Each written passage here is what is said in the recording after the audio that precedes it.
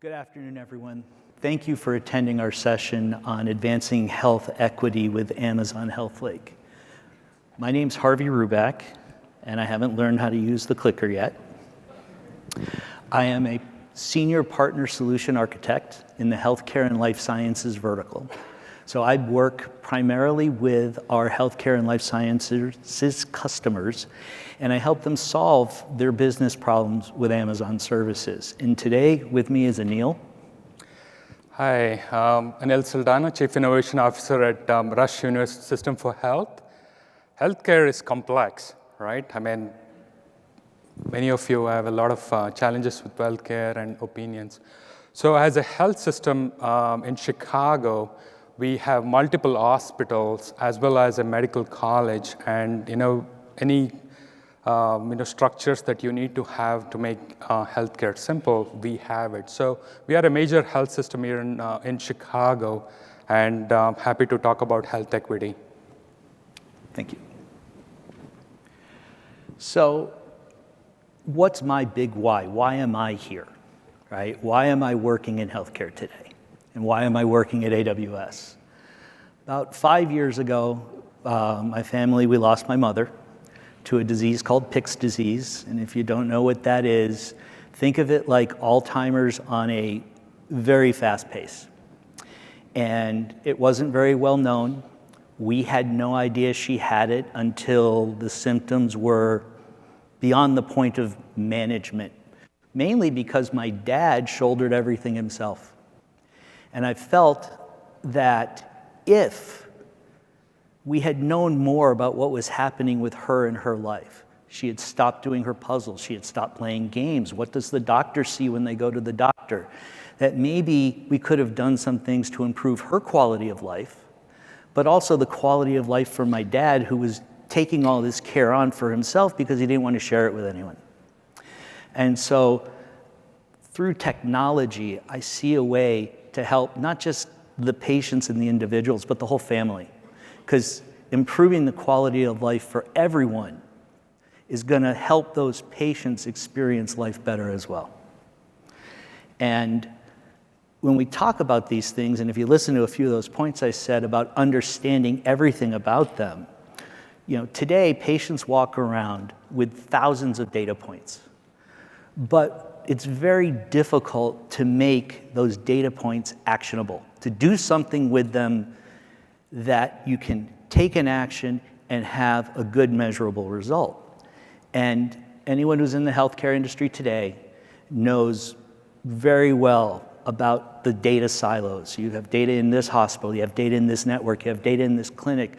You go to a doctor, they ask you all the same information again. The data's not shared.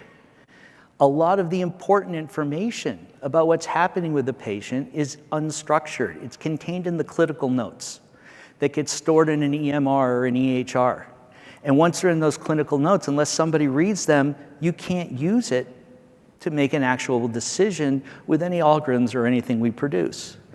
And today, as always, the skills and resources are constrained to help address these problems. Right? So priorities within healthcare are also evolving. There's a lot of discussion about equitable access to care, right? And Neil's going to talk a bit more about that and how they're solving that at Rush. We need a full view of our patients. You can call it a longitudinal patient record. You can call it patient 360, a 360-degree view of the patient. How do we have a full view of the patient? Not just maybe what they've told their doctor, but what's going on in their lives. What can you get from medical devices if they're wearing a watch and you can track their steps? And once we have all this data, how can we shorten the cycle, the amount of time required to take this data, create an insight that's actionable, and actually allow the caregivers, the providers, the social workers to take an action in a meaningful amount of time that can actually improve the life and quality of life of those patients, right? So there's a continuous pressure to gather more and more data, right? And respond quickly with this data. And as a result, The medical professionals, the nurses, the physicians, the doctors have to spend more time recording the information and less time with their patients providing care. I actually spoke with my physician last time I was there, and he was saying how he was going to be seeing 80 patients that week. And the 20 minutes he spent with me, which was a long time, he spends more than that on each patient post-visit. So how can we allow them to spend more time with the patients and do what they're trained to do to help us not be doing data entry and working on the computer all day? And so to help address some of these things, Amazon has a set of purpose-built services for healthcare. If you're talking about the US market, they're HIPAA eligible, meaning that you can use them to create your solutions that will meet the regulations and the laws relative to HIPAA compliance. So for example, we have transcribed medical. This can take speech and convert it to text. And it has several different models that can be used based on the context, whether it's general practitioner, oncology, radiology, speech to text. We have Amazon Recognition, which can look at an image and remove the text from that image so that we can then use that text. We can then look at that text and say, is it PHI? Is it personal health information? And we want to abstract it or blank it out so that we can use this for some data analysis. We have Amazon Comprehend Medical, which I'll talk about more later, which takes as input text, a clinical note, and it extracts the meaning from that text. The entities, what are the items within it? How do they relate to each other? And it does some encoding for you as well that I'll talk about. And Amazon HealthLake, which is the primary focus of this discussion, which is a clinical data store for your health-related data. And finally, we've got SageMaker that you can use to take all this information to build and train any models that you would like to use in order to help automate some of these processes to address the challenges we were talking about, especially around the automation to bring insights that are actionable to the caregivers as soon as possible. And so you've probably seen this before.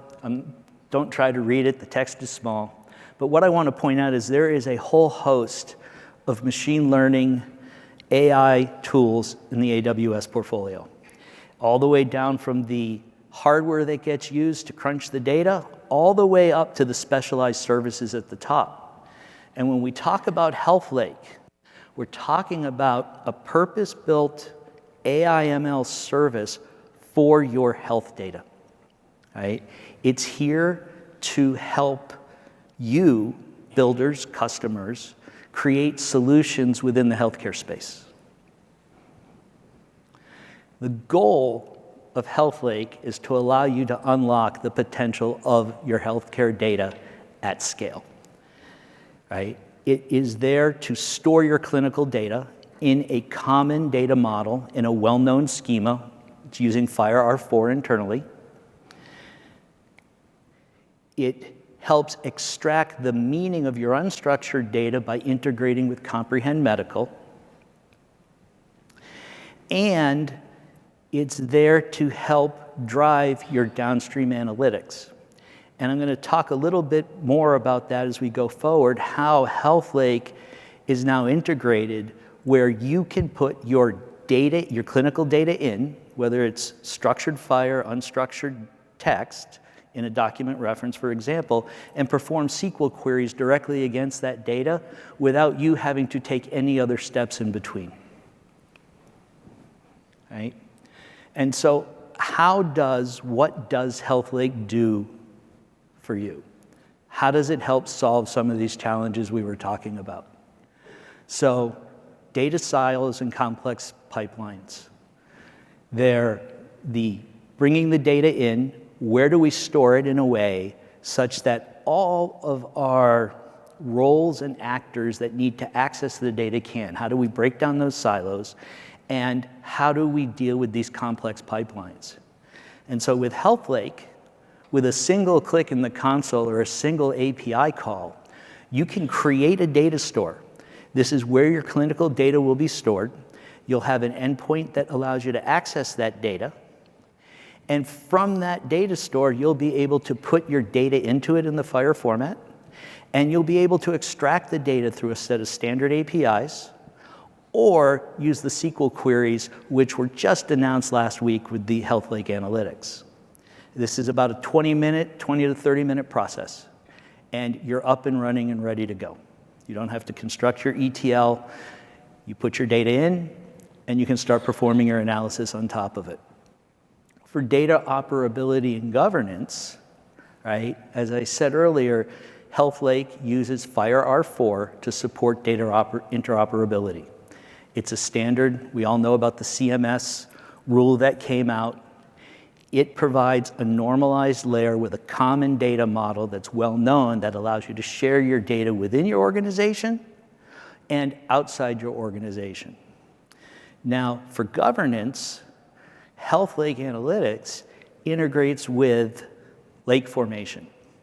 And I'll talk a little bit more deeply about that, but with the powers that you get with lake formation, the ability to have role-based access, the ability to say that this role has access to this column of data, and this role has access to these columns of data, you can control who has access to what from a single pane of glass.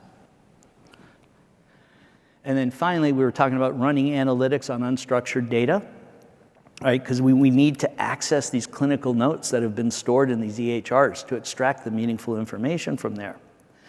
So HealthLake is integrated with Comprehend Medical.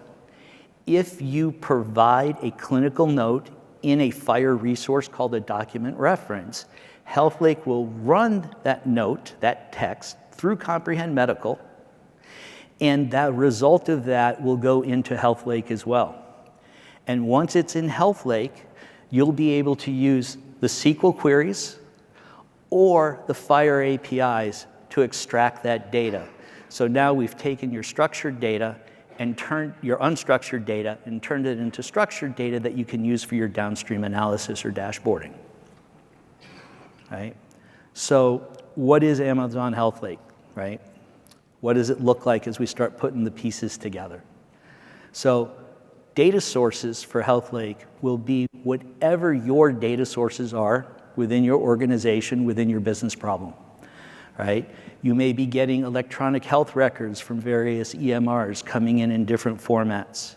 It might be claims data that's already in FHIR format or in another database.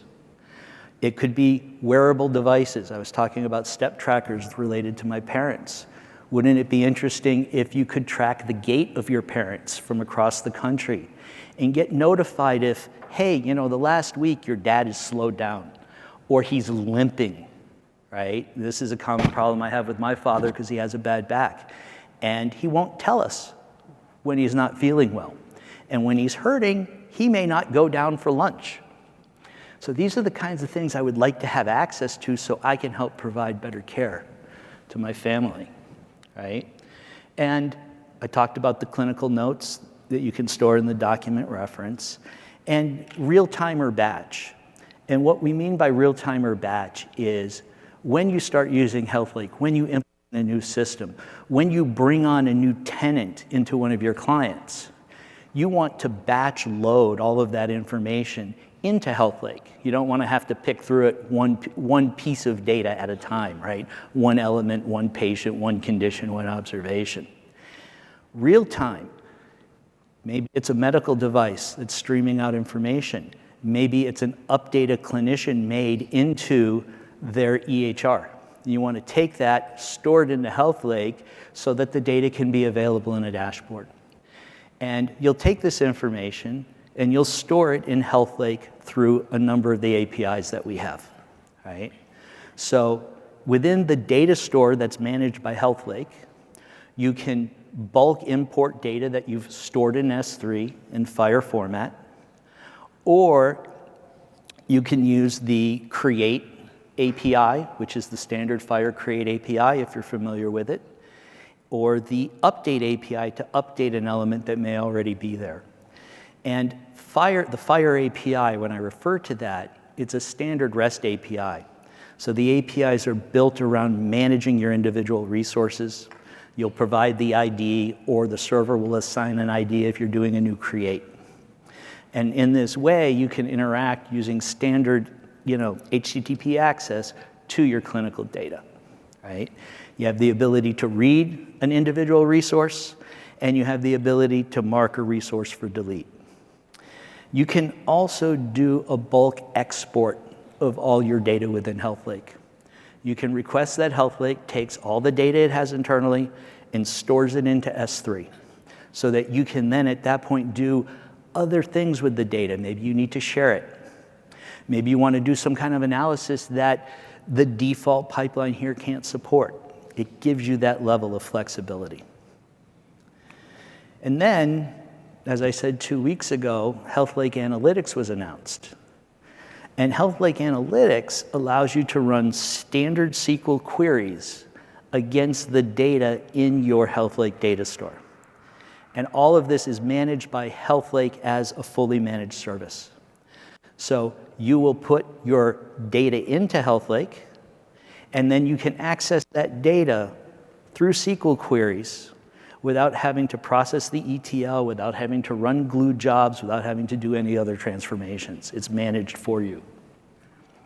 And once we have these SQL queries and this ability to act directly against HealthLake, now other tools, other services within AWS can access that data as well. So you can directly build QuickSight dashboards using SQL queries against the clinical data you stored in HealthLake that came in Fire format. You can use SageMaker, and you can use Jupyter Notebooks, and you can create data frames against the data directly in HealthLake without having to export it. And if there's third-party apps that are compatible with Lake Formation and the Athena Query Engine, they can also access this data directly.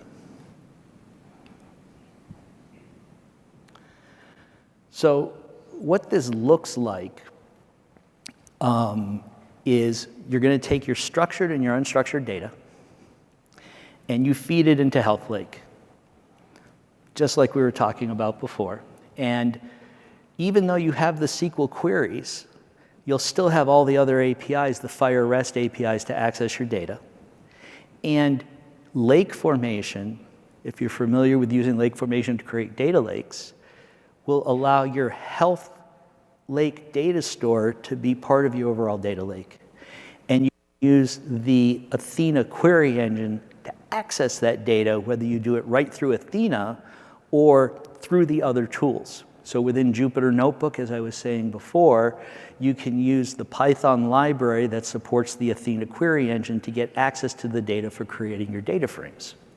You can create a data source in QuickSight through Athena, provide a custom SQL query to extract the data that you need from HealthLake to create your dashboards. So what this looks like when we start piecing it together is within HealthLake, the service, each time you create a data store, HealthLake will create a set of data tables and register them with Lake Formation for you. And HealthLake will set up the pipeline to take your JSON data that's in Fire R4 format and perform the transformation on that data to populate those tables. And those tables are managed by Lake Formation. You'll still use your standard import-export REST APIs against a data store. You can still use your CRUD APIs, your create, read, update, delete, to manage the data in your data store. That's your source of truth. And then what you'll have is read access to that data through your SQL queries in Athena. And Athena is going to take and go through the Lake Formation role-based access control before granting the results and access to that data. So you can tag your columns, you can tag your tables and your databases within Lake Formation that are sitting in an individual data store. to say what type of data they have, what's their classification. Is it public or is it sensitive? Then you can define your roles within Lake Formation, that your DB admin has access to both sensitive and public information, but your population data scientist only has access to public information. They cannot see the sensitive information which contains PHI. And all that would be managed through Lake Formation. And this happens for each data store you create. So if you have a scenario where maybe you have a network of hospitals across the country, and you set up a data store per region, or even per hospital, now, through your SQL queries, you can join the data together across those data stores and have a view of your entire organization and all the data that you have. And because it's all managed by Lake Formation, you can take other data stores, data that may not fit the clinical model, the FHIR schema that's there. Maybe it's weather data. Maybe it's telemetry data from a medical device that doesn't quite fit into the FHIR format. And you can take that data and you can join it at the SQL level under the Athena query engine and bring all that data together. So you could look at asthma patients that end up in the ER, have an encounter in the emergency room, and when it spiked, what was the pollution levels if you have access to that data within one of your other databases? And you can bring all that data together through standard SQL queries. And then you can take all of this and you can save it as a cohort to S3 for later processing to share with your other scientists.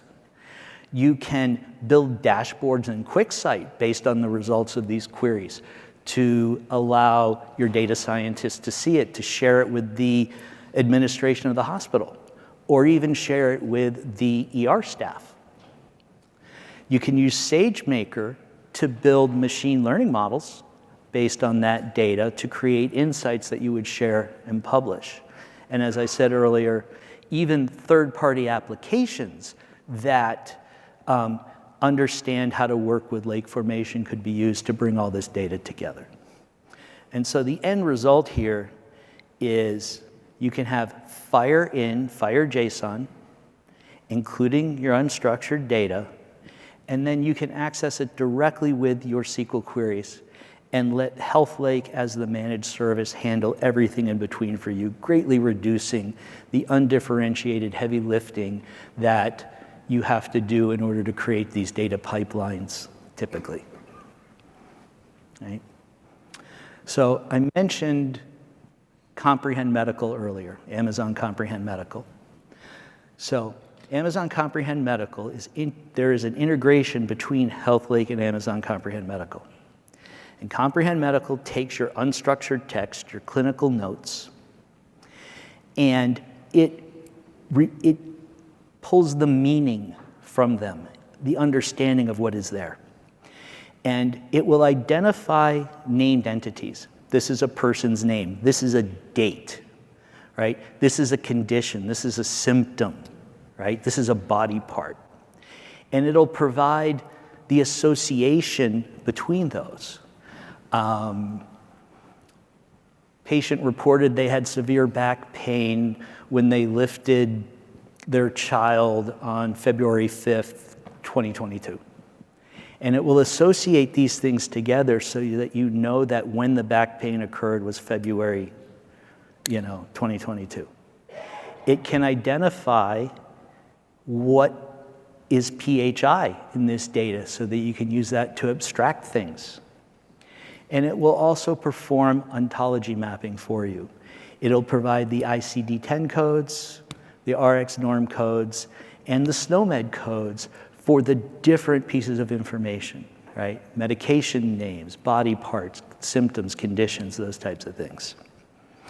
All of this data is managed within HealthLake. And the new feature that was just released 2 weeks ago is that HealthLake will take this information from Comprehend Medical and it'll produce FHIR resources that represent what Comprehend Medical finds within this unstructured text. And this is a compressed example here that's up on the screen, but the ones that are system generated in the metadata of the information, it says that they are system generated. And it also provides the entity and the concept confidence score, so you can decide how good, based on how good that match was to the model, if you want to use it in your results or if you want to filter it out. So what this means now is you can take unstructured text, that clinical note, store it in HealthLake, and have access to the information that's in that clinical note for your downstream analytics and processing in a normalized format, because Comprehend Medical will take that data, extract the meaning, and give you these normalized results. And so what this looks like is when you take that FHIR resource, that's a document reference, and you create a document reference or update a document reference in HealthLake, HealthLake's going to store that in the data store and run the note through Comprehend Medical. With the results of Comprehend Medical, HealthLake's going to take two basic actions. One is it's going to add the results of Comprehend Medical to the document reference as an extension. So this way your team, your programming teams, your developers will have access to all the other underlying information Comprehend Medical reported if you need to use that for any further analysis. It's also then going to generate the system resources I was just talking about. And it uses the information to create a condition or an observation or a medication statement and stores those new system-generated resources back in the data store. And it also pushes them through the pipeline so that you can now access and see those system-generated resources through your SQL queries. Or you can retrieve them through the REST APIs. Now, through the REST APIs, the system-generated resources will only be accessible through a GET request. They will not be returned from a search because you don't have the ability at this time to filter out the system-generated ones. So you'll still have the same behavior you have today. But through the linkage resource, you'll be able to find those if you want to use the FHIR API to retrieve it. But the real power is in using them in the SQL queries and developing SQL queries that can now query and interrogate the unstructured data in a structured format. So I've talked about a bunch of things here with HealthLake and some of the new things that have come out. And here's a summary of some of the bigger items that have happened this year. I already spoke about the first two, right? The analytics support, being able to use SQL queries against your data stored directly.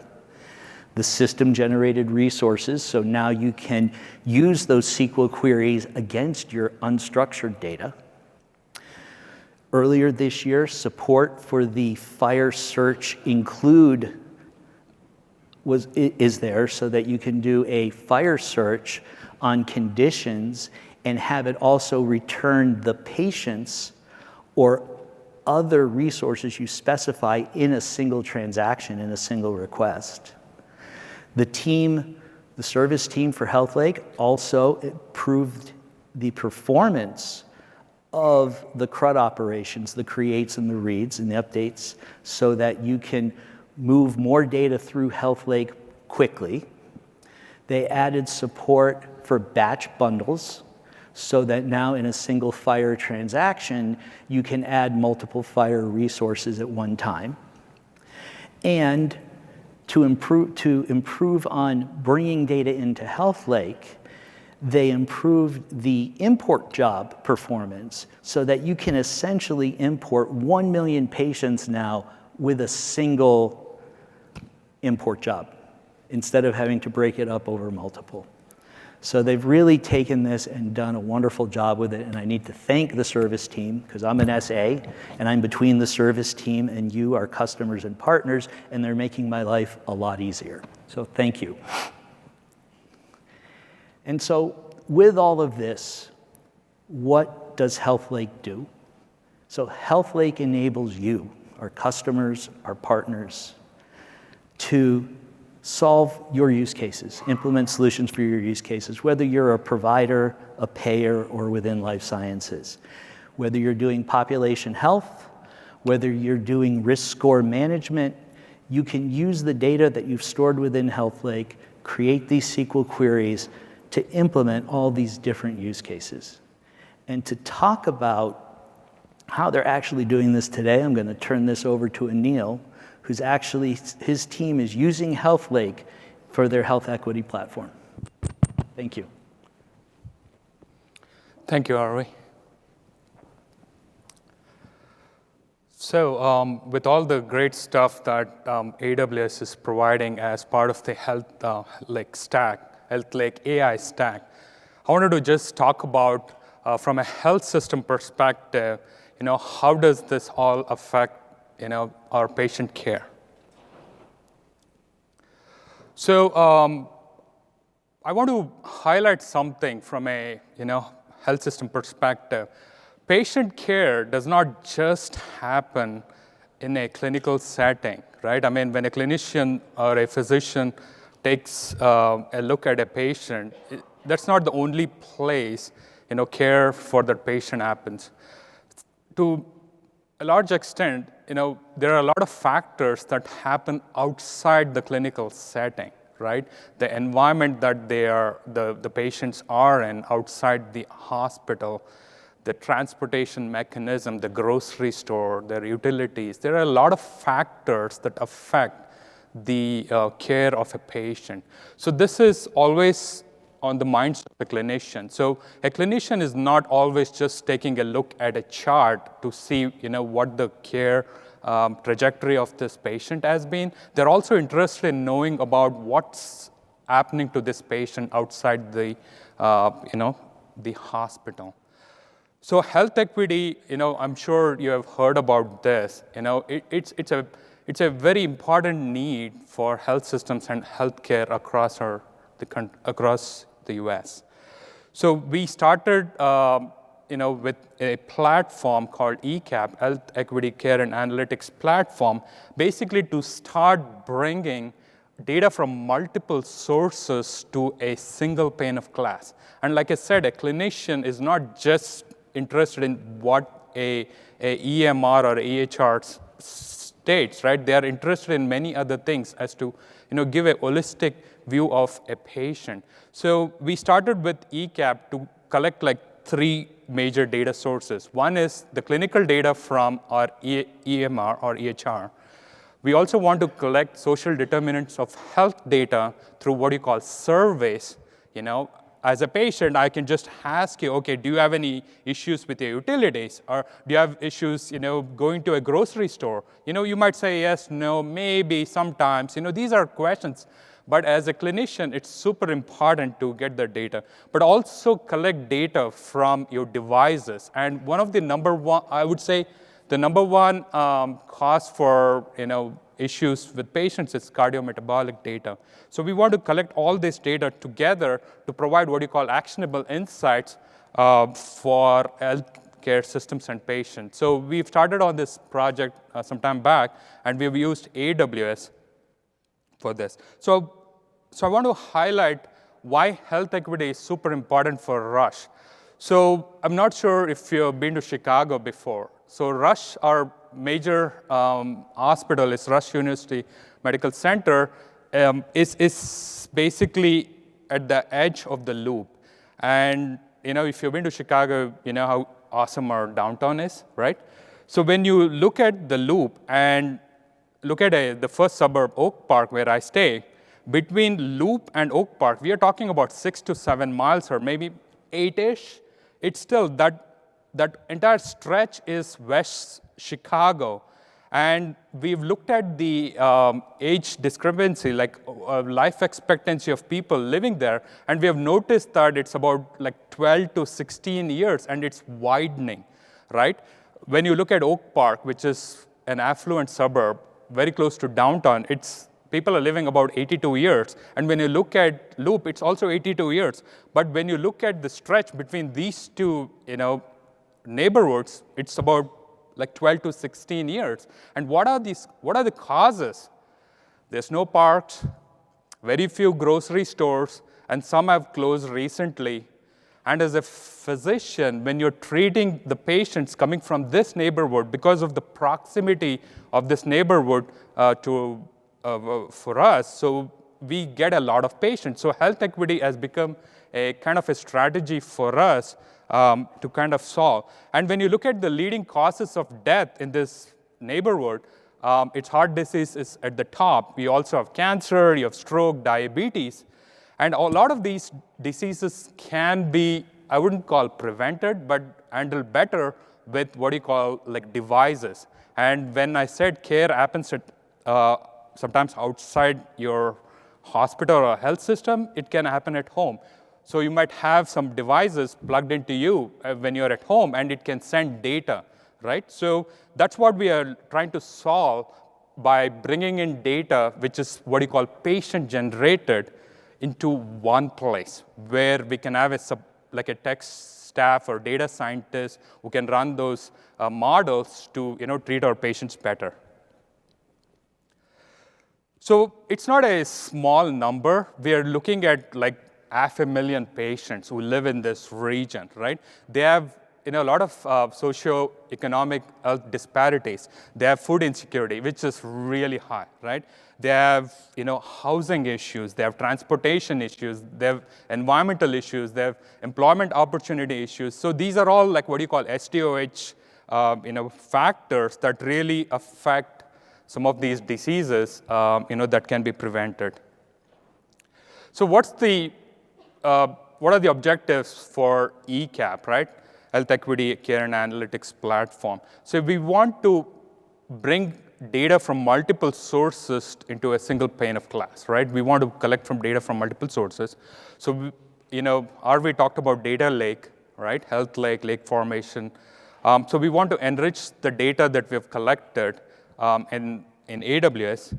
We also want to collect data from outside our EMR, which is, let's say, patient-generated, and surveys, and DME stands for durable medical equipment, and your blood pressure cuffs, your continuous glucose monitors, they're all generating data, so we want to collect them.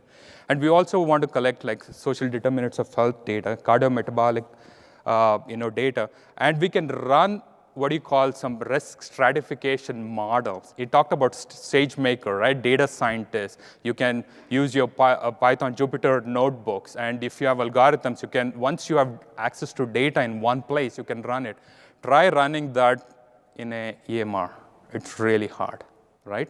When your data scientists know Python or R, and want to have access to the latest tool, try to plug into an operational system, which is the EMR, which is not recommended. So Ecap kind of helps with that. And then present, the data analysis that we have done, and show, for example, a quick site dashboard. We also want to utilize like an open API. We talked about FHIR R4, like CMS mandates and various federal agencies mandate in many ways. And the world has adopted and embraced FHIR, and R4 is the latest. So we want to utilize all of this. So when we start looking at the Ecap architecture, right, and one of the key features from Epic, which is our EMR, is they came out with a bulk FHIR export from your EMR last year. So we were one of the earliest adopters of both HealthLake and the bulk FHIR export. So we export data from our EMR using bulk FHIR export and using FHIR R4, right? That's the standard. And we bring it into AWS. We also collect what you call CMS blue button data, claims data for patients with our CMS links. We can also collect like patient-generated data through blood pressure monitor, cuffs and stuff. We also collect data from from publicly available data from CDC and healthdata.gov. So whatever Harvey talked about, that was everything happening in the AWS environment. What I'm focusing on the first column here is outside the AWS environment. There's a lot of challenges there, right? It takes a village to treat a patient when you think about it, right? So when we look at like our health system, right? You have a physician or a clinician, but there's also support staff behind. You might be nurses, you might be care coordinators, you might be social workers. So it's not just the physician who's treating the patient. So we have staff behind. When you look at like technical staff, right? They are running analysis on the data. You have data scientists, you have researchers doing research work. So there's a lot of entities involved in treating the patient. So all of this happens kind of outside AWS environment, right? So now with all the great services and processes available in AWS, now we can bring all of this together and try to do analysis at the source, right? So, and we also talked about a great feature or service that AWS has come with, which is using SQL, right? So this automatically you start putting data into HealthLake and you get the data transformed very quickly, and you can run your SQL queries. So you have your data scientists, your SQL experts, and your business intelligence tools all ready to go to do the analysis, right? So, and of course, you can use QuickSight to do your dashboards and stuff. So this is the architecture, and I would say majority of the work that we have done has been outside AWS. Getting the data into the platform has been our number one challenge, because that's just an issue with healthcare in general. But once you get all this data into AWS, it becomes much easier to operate, because now you're not working in the confines of your EMR. You're working in a cloud platform with the latest tools and your technical staff and researchers able to use their tools. So it's all in one place. Great stuff. So I want to show a demo of what we have done. And so I want to show how powerful this whole thing that we talked about today is. So this is my phone. Hopefully nothing confidential is there. But I want to show, like as a clinician, I'm ready to treat a patient, and I'm just probably walking to the clinic or wherever, and I'm going to just look for QuickSight. And this is on, it's not on Wi-Fi, it's on 5G network, right? Did you see the Face ID authentication that happened, right? I don't have to, this is my phone, right, as a clinician. So I'm going to treat a patient, and I'm going to just look at, okay, 5G, come on.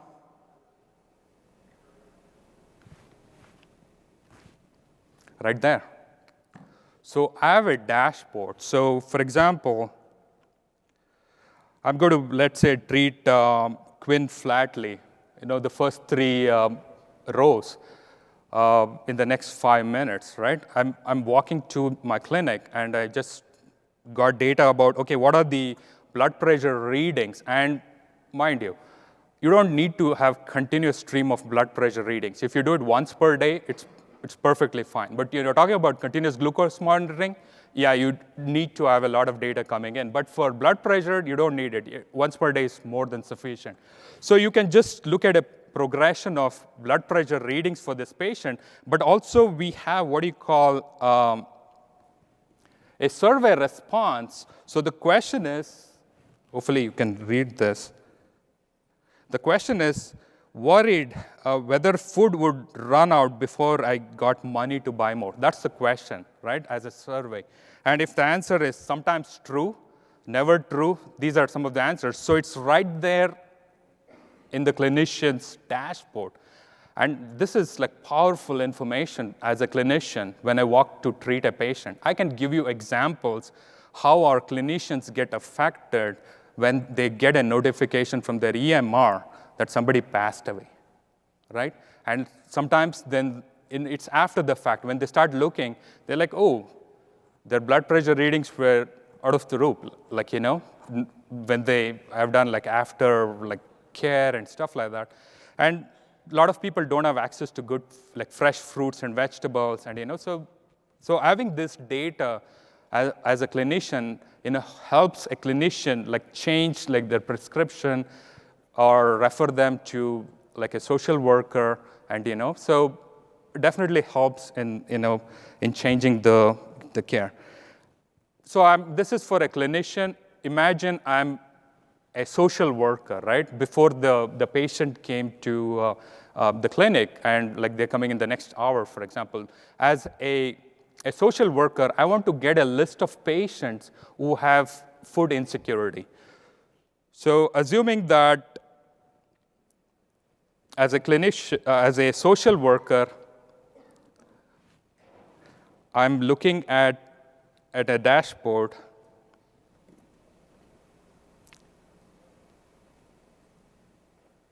It needs to rotate.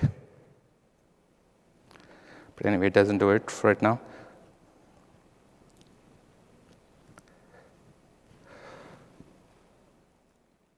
So the questions is basically you have food insecurity. So if the question answer is sometimes true, never true, or often true, things change. Like basically the right-hand column changes. So you can, as a social worker, this is before they actually get care, right? As a social worker, I can figure out who has food insecurity. In Chicago, we have a lot of food pantries, right? They are looking to help. They have their grants, they have the money, they have the food. You have contributed food through your, whatever donations. Now it's all there, but they don't have the people who have that need, right? And the people with food insecurity are not going to, shout it at the top of their voice. So one of the things we are trying to do as part of Ecap is, change patient outcomes by taking a look at, social determinants of health, and also various other data, that's generated by the patient, to basically give a single pane of glass for treatment, So that's mostly my demo, and the same demo is available in a browser, so on my laptop, but the power of the mobile cannot be denied, right? Oh, I think we need to switch. Switched it. Okay, the same, what I showed you, it's in a browser, you would see it this way. Okay, next steps. I want to point out that Anil and his team at Rush were early adopters of the HealthLake analytics. They participated in the private preview, and they were providing feedback to the HealthLake service team all along the way. And so everything that Anil was showing you was actually driven by HealthLake using the HealthLake analytics on SQL that we were talking about, and that because of his feedback, we were able to announce it a few weeks ago, and it's been a great partnership between our companies, so thank you. So next steps. First thing I want to point out is that the AWS Help Lounge is out the door to the right and then around the corner past the escalator. So if you have any questions we can't get answered right after this presentation, come by the Health Lounge. We have somebody there at all times who can answer your questions about HealthLake or AWS HealthLake for imaging that was announced, or any of the other services that we have that we're working with.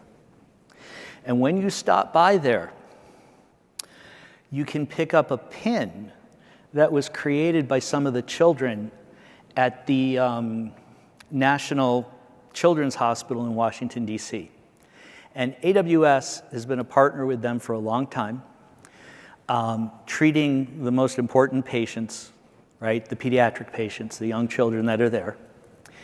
And it's really where technology and our customers, our real end customers, the patients, where everything comes together. And so with this partnership here at reInvent, the children have drawn different pictures that have been turned into pins that you can wear on your lanyard, which is in my pocket because it won't work with the microphone here. And you can stop by and you can pick up those pins, put them on your lanyard, and read the stories from these children and what they're doing and how they're being treated at the Children's National Hospital. And with that, I want to thank you all for coming today. Thank you.